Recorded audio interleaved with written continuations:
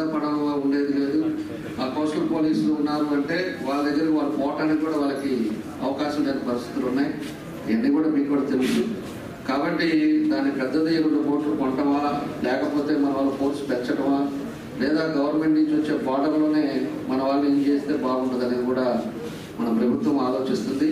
ఇది ఒక ఊరు ఒక సమస్య కాదు, ఇది మొత్తం మన కోస్టల్లో ఉండే సమస్య. అటు నెల్లూరుకు ఉంది, ఇటు గుంటూరుకు ఉంది, ఎక్కడైతే సీ కోస్ట్ ఉందో ఇవన్నీ కూడా ఉండే పరిస్థితులు. కాబట్టి దాన్ని ఖచ్చితంగా కూడా దాన్ని కూడా చర్యలు తీసుకొని దాన్ని కూడా మనకి ఇబ్బంది లేని పరిస్థితులు తీసుకొస్తామని కూడా మీకు తెలియజేస్తా ఉన్నాం.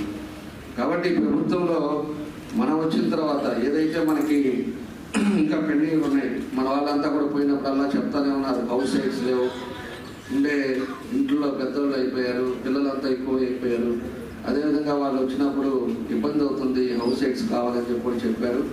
దాన్ని కూడా తొందరలోనే హౌస్ సైట్స్ కూడా ఇప్పుడుండే పరిస్థితుల్లో ప్రభుత్వం ఆర్థిక ఇబ్బందులు ఉన్నా కూడా అన్నీ కూడా ప్రజలకి ఏ సౌకర్యం ఏ ఇబ్బంది లేకుండా అన్నీ కూడా చేయడం జరుగుతూ ఉంది.